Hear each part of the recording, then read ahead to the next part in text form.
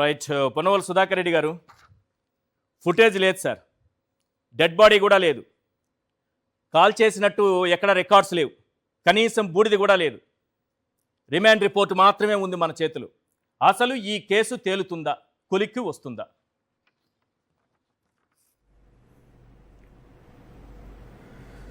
ఈశ్వర్ గారు, మీరు ఇందాక చెప్పినట్టు మోటివ్ చాలా ఇంపార్టెంట్ అండి. ఇక్కడ మోటివ్కి నాగరాజుకుందా, నాగరాజు చేత ఈ హత్య చేయించినటువంటి వ్యక్తులు మోటివ్ ఏంది, అది ఫస్ట్ బయటపడాలి. నాగరాజు ఈ ఎఫ్ఐఆర్ రిమాండ్ రిపోర్ట్ చూస్తే ఓన్లీ పాత్రదారుగానే అవపడుతున్నాడు. సూత్రధారులు సూత్రధారులు వేరే ఉన్నారు. ఎందుకంటే మీరు ఒక్కసారి ఎఫ్ఐఆర్ చూస్తే ఈ హత్య 6వ తేదీ అబ్డక్షన్, మార్కాపురం పోయి అబ్డక్షన్ చేసినటువంటి పోలీస్ ఆఫీసర్స్ టాస్క్ ఫోర్స్ చెందినవారు, కృష్ణలంక పోలీస్ కాదు. జిల్లాలు దాటిపోయి ఒక ఆర్గనైజ్డ్గా అబ్డక్షన్ చేసినటువంటి టాస్క్ ఫోర్స్ పోలీసు ఫస్ట్ జవాబు చెప్పాల్సినటువంటి పరిస్థితి. టాస్క్ ఫోర్స్ అనేది ఒక స్టేషన్ కాదు, అది వాళ్ళు ఎవరంటే ఒక హిట్ గ్రూప్. ఏవైనా ఇటువంటి పనులు ఎగ్జిక్యూట్ చేయడానికి ఒక గ్రూప్ అది డైరెక్ట్గా కమిషనరేట్ చేతిలోనే ఉంటుంది. ఆ కమిషనరేట్లో ఉండేటువంటి హైరార్కీ వాళ్ళు మాత్రమే ఇన్స్ట్రక్షన్స్ ఇవ్వాలి టాస్క్ ఫోర్స్కి ఫర్ ఎనీ మూమెంట్. ఇంకొక విషయం, ఈ 6వ తేదీ తీసుకొచ్చినటువంటి టాస్క్ ఫోర్స్ ఆఫీసర్సు, కానిస్టేబుల్స్, వాళ్ళు ఒకటే చెప్పాడు, ఇది తీసుకొచ్చిన తర్వాత LW12 Loya నాగరాజుకి HC number 405 received the phone and deceased from LW9. After arrival of the accused, then Inspector of Police Krishnalanka, LW11, WPC 742, Tulasi Himaja handed over the deceased and cell phone to the deceased. ఇది ఒక్క నాగరాజు, ఇక్కడ నాగరాజును scape goat చేశారు. నాగరాజు చేత ఈ దుర్మార్గమైనటువంటి పని చేయించింది ఎవరు? That's more important. ఈ రైట్ ఫ్రమ్ ది బిగినింగ్ 6వ తేదీ తీసుకొచ్చినటువంటి పోలీసు వాళ్ళ తల్లి pillar to post, she Ryan to the pillar to the post, she never left any stone unturned. ప్రతి దగ్గరకు పోయి including commissionerate, including the higher officials, ఈ విషయం తను నా కొడుకుని తీసుకొచ్చి ఉన్నారు, ఆఖరికి స్టేషన్లో పెట్టున్నారు, నేను సిఐ దగ్గరికి పోతే నీ కుమారుడికి దండ రెడీ చేసుకో, చంపేపోతున్నామని చెప్తున్నారు. ఆఖరికి అట్లీస్ట్ చంపేసిన తర్వాత ఒక్క పిడికిడు బూడిదివ్వండి అని ఇక్కడ ఆ తల్లి తిరగనటువంటి పోలీస్ ఆఫీసర్ లేదు. అంటే కమిషనరేట్ కాడ నుంచి కానిస్టేబుల్ దాకా ప్రతి స్టేషన్లో ఇతన్ని సాయికృష్ణని బంధించి హింసించి చంపబోతున్నారనేది అందరికీ తెలిసినటువంటి విషయం. కాబట్టి ఇక్కడ దొరకపోతే దొరికితే దొంగ. ఈ పబ్లిక్ ఫ్యూరోర్, ఈ పబ్లిక్ యొక్క ఇది ఉత్పన్నాలు పొందిన తర్వాత వీళ్ళకి కాన్పట్ సిచ్యువేషన్లో అప్పటికి కూడా చేయలేదు. 18వ తేదీ గౌరవనీయులైనటువంటి జగన్మోహన్ రెడ్డి గారు ఈ అనాథ కుటుంబం దగ్గరికి పోయి ఎవరూ రక్షణ లేకపోతే ఎవరు పట్టించుకోనటువంటి పరిస్థితిలో గౌరవ జగన్మోహన్ రెడ్డి గారు 18వ తేదీ వాళ్ళ ఇంటికి పోవడం జరిగింది. అక్కడి నుంచి హీట్ బిల్డప్ అయిపోయింది. కాన్బట్ సిచ్యువేషన్ ఈ రాష్ట్ర ప్రభుత్వానికి అటువంటి తప్పనటువంటి పరిస్థితిలో 19వ తేదీ కేసు రిజిస్టర్ చేశారు.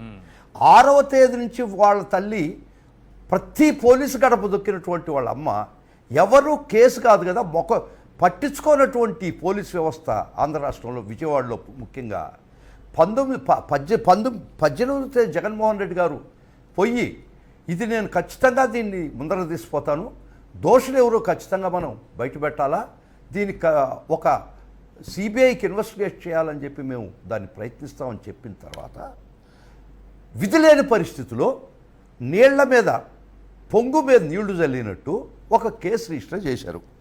ఆ కేసు కూడా ఎంత అవకతవకగా ఉందంటే ఈ క్రైమ్ నెంబర్ 107లో ఇక్కడ ఒక్క నాగరాజుని మీదనే పెట్టారు కేసు, అండ్ అదర్స్ అని కూడా పెట్టలే. వాళ్ళకి తెలియదా అండి, ఒక్క నాగరాజు కాదు, ఒక్క నాగరాజు మార్కాపురం పోయి పట్టుకొని వచ్చి జీపు దోలుకొని పోయి పట్టుకొని వచ్చి ఇక్కడ పోలీస్ స్టేషన్లో కస్టోడియల్ టార్చర్ చేస్తా అతనే కొట్టి అతనే హాస్పిటల్కి తీసుకుపోతూ అతనే రకరకాల హాస్పిటల్కి తిప్పి ఆఖరికి ఎలక్ట్రిక్ రిమోట్ ఆర్టీసీ బస్ స్టాండ్లో 42వ నెంబర్ ప్లాట్ఫామ్ మీద పారేసి అక్కడి నుంచి అనాథ శవంగా రాసి ఇంక్వెస్ట్ రాసి శవాన్ని దహనం చేసి ఒక నాగరాజు జైలు ఇస్తారండి. ఇది కామన్ సెన్స్.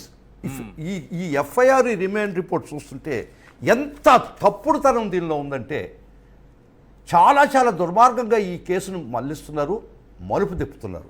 ఫైనల్ గా చిన్న విషయం ఒక్క సిఐ మీద కంటి తుడుపు మీరు చెప్పిన పాయింట్ ప్రకారమే తీసుకుందాము. ఇప్పుడు సీసీటీవీ ఫుటేజ్ అనేది కృష్ణలంక పోలీస్ స్టేషన్లో ఉన్న ఆ ఫుటేజ్ మొత్తం డిలీట్ చేశారు అని అంటున్నారు. అతన్ని కానీ ఏది సాయి కృష్ణని కానీ అతని డెడ్ బాడీని కానీ బయటకు తీసుకొస్తే మళ్ళీ ఆర్టీసీ బస్టాండ్ వరకు లేకపోతే అతను కొట్టడానికో హోటల్కో ఆర్టీసీ బస్టాండ్లో పడేయడానికో తీసుకెళ్ళినప్పుడు కానీ లేక అక్కడి నుంచి శ్మశాన వాటికి తీసుకెళ్ళినప్పుడు కానీ దారిలో ఎక్కడ సీసీటీవీలు ఉండవా? అసలు విజయవాడలో సీసీటీవీలే లేవా? పోలీస్ స్టేషన్ నుంచి బయటకు వస్తే రోడ్లో ఉంటుందా ఉండదా?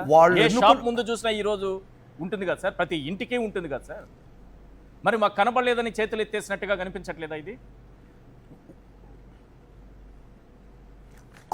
కాబట్టి మీరు చాలా మంచి పాయింట్ చెప్పారండి. రిమాండ్ రిపోర్ట్లో ఆ సీసీటీవీ యొక్క ప్రమేయం కానీ దాన్ని పరిశీలించడం కానీ చేయనటువంటి దుర్మార్గమైన పరిస్థితి రిమాండ్ రిపోర్ట్లో మనకు కంటికోపడుతుంది. సో నాగరాజు ఏం పరిస్థితి అంటే 1/5 నుంచి 1/6 దాకా డిలీట్ చేశారా? ఆ 1 month CCTV footage CC camera ఆపేశారా? 1వ తేదీ నుంచి ఆపేశారంటే 6వ తేదీ అతను తీసుకొచ్చే ముందరనే పెద్ద పెద్ద పెద్ద ప్రణాళిక రచించినట్టు ఉంది. ఎందుకంటే 6వ తేదీ తీసుకురాకముందు ముందరనే 5 రోజుల నుంచి సీసీ ఫుటేజ్కి అక్కడ ఆపేసినట్టుంది సీసీ కెమెరాస్. ఇది పెద్ద బృహత్తమైన కుట్ర, చాలా సీరియస్ అయినటువంటి విషయం. Right from the commissionerate to the constable వాళ్ళని ముద్దాయం చేయకుండా ఎవరిని కూడా వాళ్ళ ప్రమేయం కూడా రాయకుండా రిమాండ్ రిపోర్ట్లో ఇక్కడ ఎఫ్ఐఆర్లో ఇక్కడ ఏమన్నా 61 BNS ఏమన్నా రాశారా? లీగల్కి ఒక్కరో విషయం తెలిసినట్టుగా చెప్తున్నాను నేను.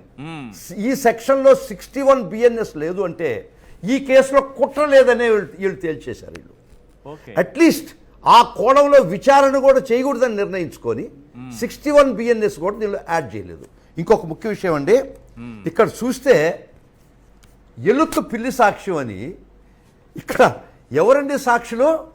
తన కింద పనిచేసే ఎస్ఐ నాగరాజు మీద సాక్షి, తన కింద పనిచేసే ఎస్ఐ సాక్ష్యం చెప్పి అతను ఎంత విచిత్రంగా చెప్తా అండి, అతను Krishnalanka sub inspector of police.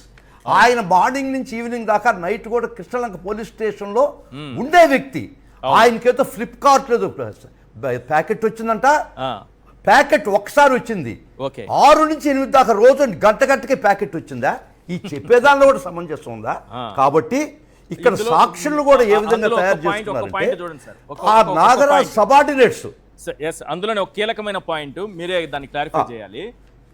అక్కడ ఏం చెప్తున్నారంటే ఆ సబ్ ఇన్స్పెక్టర్ ఏం చెప్తున్నారంటే ఆయన సాక్షిగా పెట్టారు కదా 6/5/2026 నుంచి 8/5/2026 మధ్య సాయి కృష్ణను స్టేషన్లో చూశానని చెప్పినట్లు సిట్ ఇందులో రాసుకోవచ్చు. అంటే 6వ తారీఖు నుంచి 8వ తారీఖు ఎప్పుడు అన్నది స్పెసిఫిక్గా ఒక డేట్ కానీ టైం కానీ ఇందులో రాయలేదు. ఫ్లిప్కార్ట్ ఎప్పుడు వచ్చిందో మనకు తెలీదా సార్? ఆ టైం 24 గంటలు స్టేషన్లో ఉండాల్సిన వ్యక్తి అండి. ఫ్లిప్కార్ట్ ఎప్పుడు వచ్చిందయ్యా బాబు అంటే చెప్తాడు కదా, దానిపైన డేట్ ఉంటుంది కదా. ఫ్లిప్కార్ట్ ప్యాకెట్ కోసం పోవాల్సిన పరిస్థితి కాదు. ఆయన నిద్రలేసినప్పుడు నుంచి ఇంటికి పోయిన దాకా కృష్ణలంక పోలీస్ స్టేషన్లో ఉండాలి ఆ వ్యక్తి. ఆయన కళ్ళ ముందరనే జరిగి ఉండాలి ఇది. ఆయన కళ్ళ ముందరనే టార్చర్ జరిగి ఉండాలా, ఆయన కూడా భాగస్థులై ఉండాలా. ఒక విధమైనటువంటి మీకు విషయం తెలుసండి, 3rd డిగ్రీ మెథడ్స్ ఈ ఒక్క నాగరాజా చేసి ఉంటాడనే. అక్కడ చేయబడినటువంటి కానిస్టేబుల్స్ ఎవరు, అక్కడ చేసినట్టు సహకరించినట్టు ఎస్ఐ ఎవరు, వాళ్ళని కాపాడి వాళ్ళని ఈ పనికి పురమాయించినటువంటి నాయకులు ఎవరు, ఈ డిపార్ట్మెంట్లో ఉన్నటువంటి పెద్దలు ఎవరు, వాళ్ళని గురించి ప్రస్తావన కానీ వాళ్ళని గురించి రిమాండ్ రిపోర్ట్లో ఏ విధమైనటువంటి సంభాషణ కానీ ఏమీ లేకుండా తూతూ మంత్రంగా ఈ రిమాండ్ రిపోర్ట్ రాసి తూతూ మంత్రంగా ఒక ఎఫ్ఐఆర్ క్రియేట్ చేసి ప్రస్తుతానికి నాగరాజుకు చెప్పుకొని Yes. నీ మీద కేసు పెడుతున్నావు, Yes. ఇది నిలబడే కేసుగా. ఇది ఎట్లా నిలబడుతుందండి? ముఖ్యంగా ఒక మాట చెప్తాను, 302 ఎట్లా రిజిస్టర్ చేస్తారండి వాళ్ళు? 103 case first man missing case చేసుకొని ఉండాలా, అవును. తర్వాత వీళ్ళు ఇన్వెస్టిగేట్ చేసి ఉండాలా, తర్వాత దానికి ఆల్టర్ చేసి ఉండాలా. ఎత్తుకొని 302 చేసి మెటీరియల్ లేకుండా 302 చేసినటువంటి అప్పుడే ఈ పోలీసు ఏ విధంగా ఇన్వెస్టిగేట్ చేస్తుందో మనకు అర్థమవుతుంది. ఇంకొక విషయం అండి, ఈ విషయాలన్నీ ఈరోజు మేము గౌరవ హైకోర్టు వారి దృష్టికి తీసుకుపోయి ఒక పిల్ వేయడం జరిగింది. ఈ విధంగా ఇన్వెస్టిగేట్ చేస్తున్నారు.